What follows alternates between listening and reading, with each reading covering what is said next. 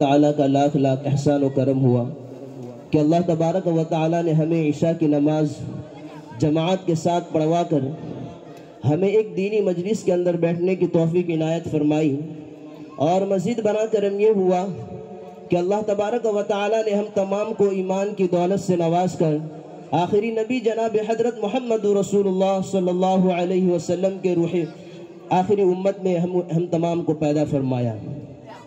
اس کے لیے شکریہ شریف پڑھے الحمدللہ۔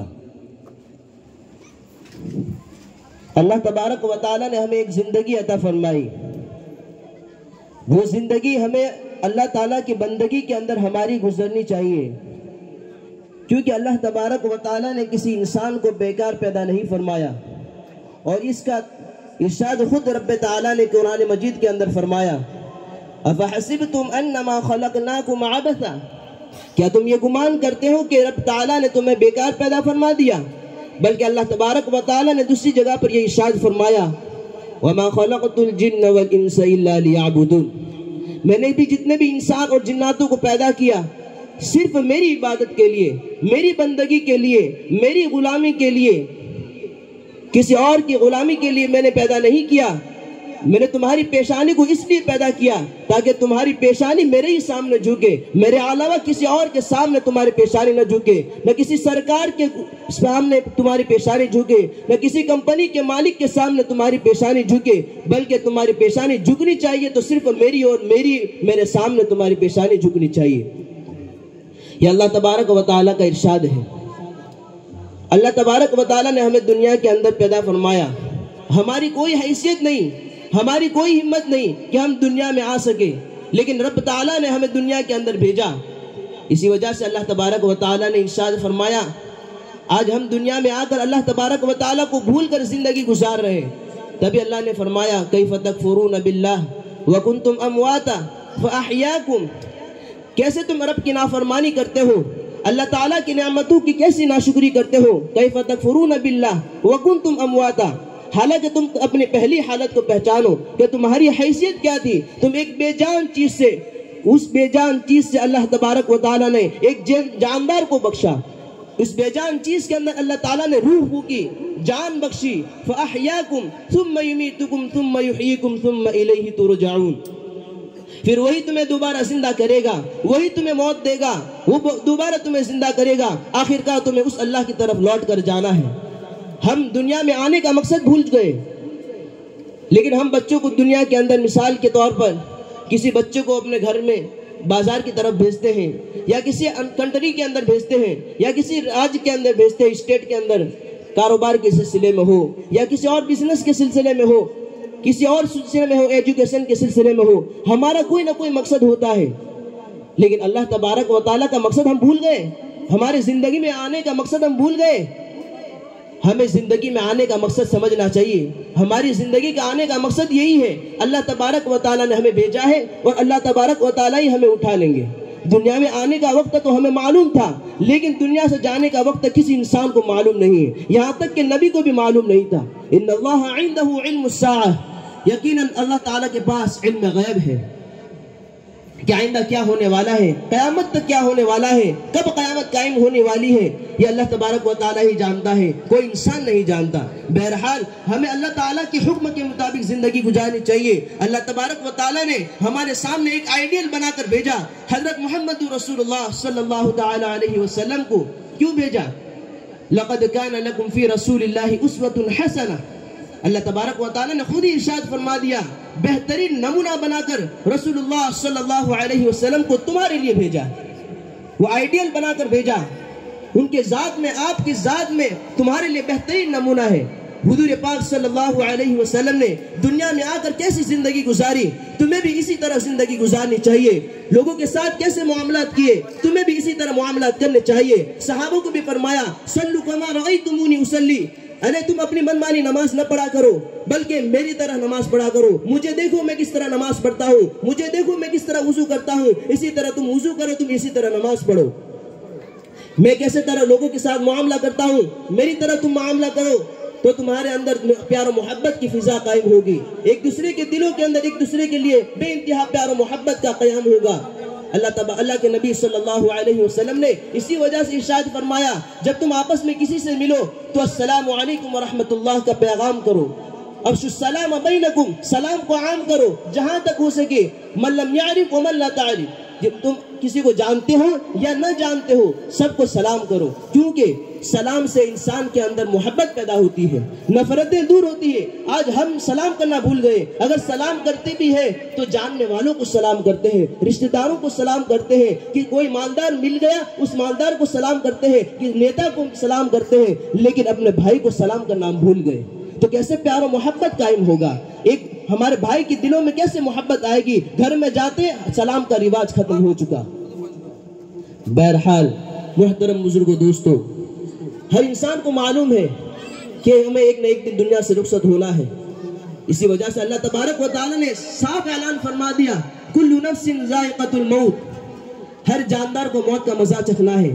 اللہ تبارک و تعالی نے یہ نہیں ارشاد فرمایا کل آدمی ذائقۃ الموت، بلکہ نفس کا لفظ اللہ نے استعمال فرمایا۔ جو عربی گرامر جانتے ہیں کہ نفس کس کو کہا جاتا ہے، ہر جاندار جس کے اندر جان ہوگی اس جان کو موت کا مزہ چکھنا ہے، چاہے وہ انسان ہو یا جن ہو یا فرشتہ ہو یا کوئی جانور ہو یا کوئی اور مخلوقات ہو، چرند ہو پرند ہو، ہر جاندار کو موت کا مزہ چکھنا ہے۔ ہر انسان کو اس دنیا سے رخصت ہونا ہے، آخرکار اس اللہ کی طرف لوٹ کر جانا ہے جس اللہ کی طرف سے ہم آئے ہیں، جس مٹی سے ہمیں پیدا کیا گیا ہے، آخرکار ہمیں اسی مٹی سے ملنا ہے۔ اسی وجہ سے مرنے سے پہلے مرنے کی تیاری کرنے والا ہی اللہ کے نبی صلی اللہ تعالی علیہ وسلم نے فرمایا وہی عقل مند شخص ہے۔ لیکن آج کی دنیا میں عقل مند شخص کسے کہا جاتا ہے؟ جو پیسہ کمانا جانتا ہو، دنیا کمانا جانتا ہو، دھوکے دینا جانتا ہو، جھوٹ بولنا جانتا ہو، اچھے سے اچھا انکم کرنا جانتا ہو، اسی کو آج دنیا کے اندر مالدار عقل مند سمجھا جاتا ہے، بدھیمان گیانی سمجھا جاتا ہے۔ لیکن اللہ کے نبی صلی اللہ علیہ وسلم نے فرمایا کہ یہ تو بیوقوف شخص ہے جس نے دنیا کے پیچھے اپنے آپ کو کھپا دیا، دنیا کے پیچھے اپنے جان مال لٹا دی، یہ تو سب سے بڑا بیوقوف ہے، اس سے بڑا بیوقوف کوئی نہیں۔ اللہ کے نبی صلی اللہ علیہ وسلم کا فرمان مبارک ہے موتو قبل ان تموتو، مرنے سے پہلے موت کی تیاری کر لو۔ یہ عقل مند شخص ہے جس نے اپنی خواہشات کو اللہ کے تابع کر دیا، جس نے اپنی خواہشات کو حضور پاک صلی اللہ علیہ وسلم کے تابع کر دیا، یہی سب سے بڑا عقل مند ہے۔ کیونکہ مرنے کے بعد اللہ کی تابعداری کام آئے گی، مرنے کے بعد حضور پاک صلی اللہ علیہ وسلم کی سیرت کام آئے گی، نہ ہمارے اور غیروں کے طریقے کو کام آئیں گے، بلکہ اللہ کے نبی صلی اللہ علیہ وسلم کے جو تعلیمات ہیں وہ ہمیں اپنے گھر کے اندر زندہ کرنے چاہیے۔ آج ہمارے گھروں کے اندر سے نبی کے تعلیمات اٹھ چکے ہیں، اسی وجہ سے آج ہمارے بچے ہماری بات نہیں مان رہے۔ ہم نے دنیاوی ایجوکیشن میں اتنا پاور دے دیا، اتنا ہم نے اس کی اہمیت دے دی بچوں کے دلوں کے اندر کہ بچہ گھر میں آتا ہے ہائے ہیلو اس کے علاوہ کوئی بات نہیں کرتا، سلام تو بھول ہی گئے۔ تو کیسے بچوں کے اندر اور ماں باپ کے اندر پیار و محبت قائم ہوگی؟ جو محبت کی چیز تھی، اللہ کے نبی صلی اللہ علیہ وسلم کی جو تعلیمات تھے، اسی کو تو ہم نے ہٹا ہی دیا۔ آج ہم بچوں کو کیا سکھا رہے ہیں؟ برتھ ڈے سکھا رہے ہیں۔ بچوں کو کیا سکھا رہے ہیں؟ برتھ ڈے سکھا رہے ہیں۔ جب بچہ کا جنم دن آتا ہے سال میں ایک مرتبہ، اس میں برتھ ڈے منایا جاتا ہے، انگارے جلائے جاتے ہیں۔ ارے بھائی، ہم تو اپنے بچوں کو جہنم کی آگ سونپ رہے ہیں، جہنم کی آگ میں ڈال رہے ہیں، ہم یہ بھول چکے ہیں۔ ارے ہمارے بچے کا 10 سال کا ہوا ہمارا بچہ، تو یہ کیا ہے؟ یہ خوشی منانے کی چیز ہے یا غم منانے کی چیز ہے؟ ہم اپنے دماغ سے سوچیں۔ یہ تو یہودی اور عیسائیوں کا طریقہ ہے جو آج ہم نے اپنے گھروں کے اندر لے لیا ہے۔ اللہ کے نبی صلی اللہ علیہ وسلم نے صاحب ارشاد فرمایا لعن اللہ الیہود والنصارى، اللہ تبارک و تعالیٰ نے یہود و نصارہ کے اوپر لعنت فرمائی۔ آج اسی پر ہم بھی اس لعنت پر مغلوب ہو چکے ہیں، اس لعنت کے اندر ہم بھی مبتلا ہو رہے ہیں۔ ہم خود اپنے آنکھوں سے، اپنے ہاتھوں سے جہنم کو خرید رہے، اپنے ہاتھوں سے جہنم کے انگاروں کو خرید رہے، اپنے ہاتھوں سے جہنم کے سانپ اور بچھو کو خرید رہے ہیں۔ بولو ہم کیسے کامیاب ہو جائیں؟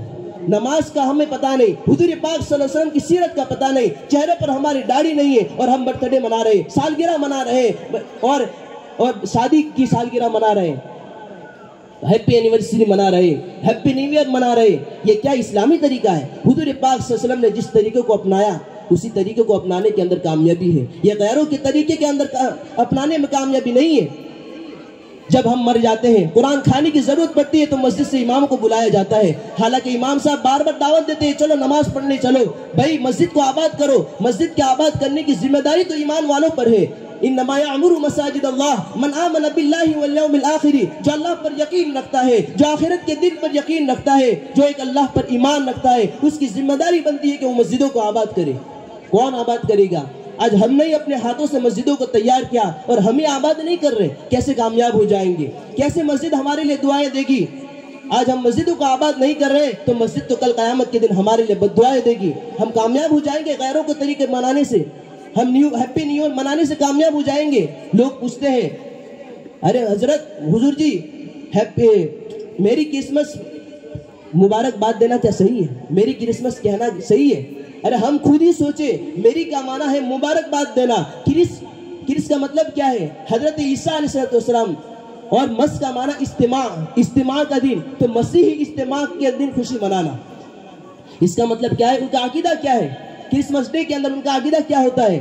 وہ ان کا عقیدہ یہ ہوتا ہے کہ حضرت اللہ تبارک و تعالیٰ نے خود اپنا لڑکا جنا ہے، یعنی حضرت عیسیٰ علیہ السلام یہ اللہ تبارک و تعالیٰ کے لڑکے ہیں۔ نعوذ باللہ من ذالک، کتنا غلط عقیدہ ہے، سوچئے۔ اللہ تبارک و تعالیٰ نے خود قرآن کے اندر ارشاد فرمایا قل هو اللہ احد، اے نبی جی آپ اپنی امت کے اندر صاف اعلان فرما دیجئے، قل اپنی امت سے کہہ دیجئے وہ اللہ ایک ہے، اللہ کے علاوہ کوئی معبود نہیں، وہ ایک ہی اللہ ہے، کوئی دوسرا اللہ نہیں ہے۔ اللہ نے دوسری جگہ پر ارشاد فرمایا لقد کان لکم فیہما آلیۃ الا اللہ لفسدتا، اگر دنیا کے اندر 2 معبود ہوتے یا 3 معبود ہوتے تو دنیا کے اندر درہم برہم ہو جاتا، دنیا کا نظام درہم برہم ہو جاتا، دنیا کے نظام کے اندر فتنہ فسادات قائم ہو جاتے۔